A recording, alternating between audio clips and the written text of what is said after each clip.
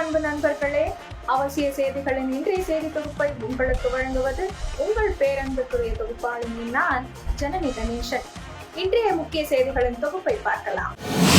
காஞ்சி சங்கர மடத்தின் இளைய மடாதிபதியாக சத்ய சந்திரசேகரேந்திர சரஸ்வதி சுவாமிகளுக்கு தீட்சை வழங்கி ஹிந்தி, தமிழ், சமஸ்கிருதம், கன்னடம், தெலுங்கு ஆகிய 5 மொழிகளில் காஞ்சி சங்கராச்சாரியார் சந்திரசேகரேந்திர சரஸ்வதி சுவாமிகள் அருளுரையாற்றினார். ஆதிசங்கரில் ஆரம்பித்து சுரேஸ்வராச்சாரியார், சர்வஜாத்ம சரஸ்வதி சுவாமிகள், அதைத் தொடர்ந்து எந்த பரம்பரையானது நம் சந்திரசேகரேந்திர சரஸ்வதி சுவாமிகள் என்று தொடர்கிறதோ அந்த பரம்பரையில் இன்று நம் சௌபாகியத்தாலும் அவர்கள் அனுகிரகத்தினாலும் தான் காரியம் நன்கு நடக்கிறது. சத்ய சந்திரசேகரேந்திர சரஸ்வதி என்ற பெயரால் இவரை அனைத்து பக்தர்களும் வணங்கி ஆசி பெற வேண்டும் என்று கூறினார். மொபைல் போன் யுகத்தில் இளைஞர்கள், சில பெரியவர்கள் பாரத நாட்டின் சம்பிரதாயம், கலாச்சாரத்தின் அருமை பெருமை தெரியாமல் உள்ளனர் என நடிகர் ரஜினிகாந்த் கூறியுள்ளார். நடிகர் அஜித் அப்போலோ தனியார் மருத்துவமனையில் சேர்க்கப்பட்டுள்ளார். அவருக்கு அண்மையில் சிறிய அளவிலான அறுவை சிகிச்சை நடந்தது. அது தொடர்பான அடுத்த கட்ட பரிசோதனைக்காகவும் நேற்று ஏற்பட்ட காயம் காரணமாகவும் அவர் மருத்துவமனையில் அனுமதிக்கப்பட்டிருக்கலாம் என்று தகவல்கள் வெளியாகியுள்ளன.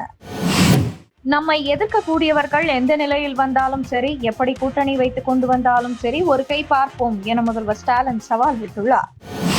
தமிழக கடலோர பகுதியிலிருந்து கடத்தி செல்லப்பட்ட 9.60 கோடி ரூபாய் மதிப்பிலான 320 கிலோ கஞ்சாவை பறிமுதல் செய்த இலங்கை கடற்படையினர் 4 பேரை கைது செய்தனர்.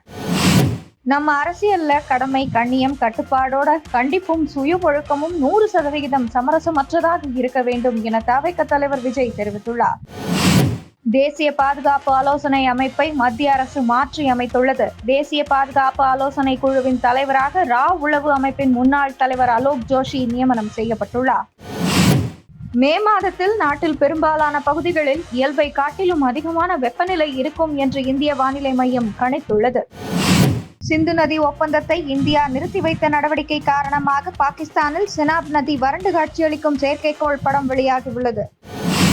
இந்துக்களை பாதுகாத்தால் கொலை செய்வோம் என காஷ்மீரில் ராணுவ வீரராக பணிபுரிபவருக்கு சொந்தமான மேற்கு வங்கத்தில் உள்ள வீட்டில் மிரட்டல் போஸ்டர் ஒட்டிய மர்ம நபர்களை போலீசார் தேடி வருகின்றனர்.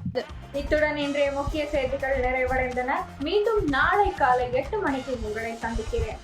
மறக்காமல் சேனலை சப்ஸ்கிரைப் செய்வதுடன் அனைவருடனும் பகிருங்கள். நன்றி, வணக்கம், ஜெய் ஹிந்த்.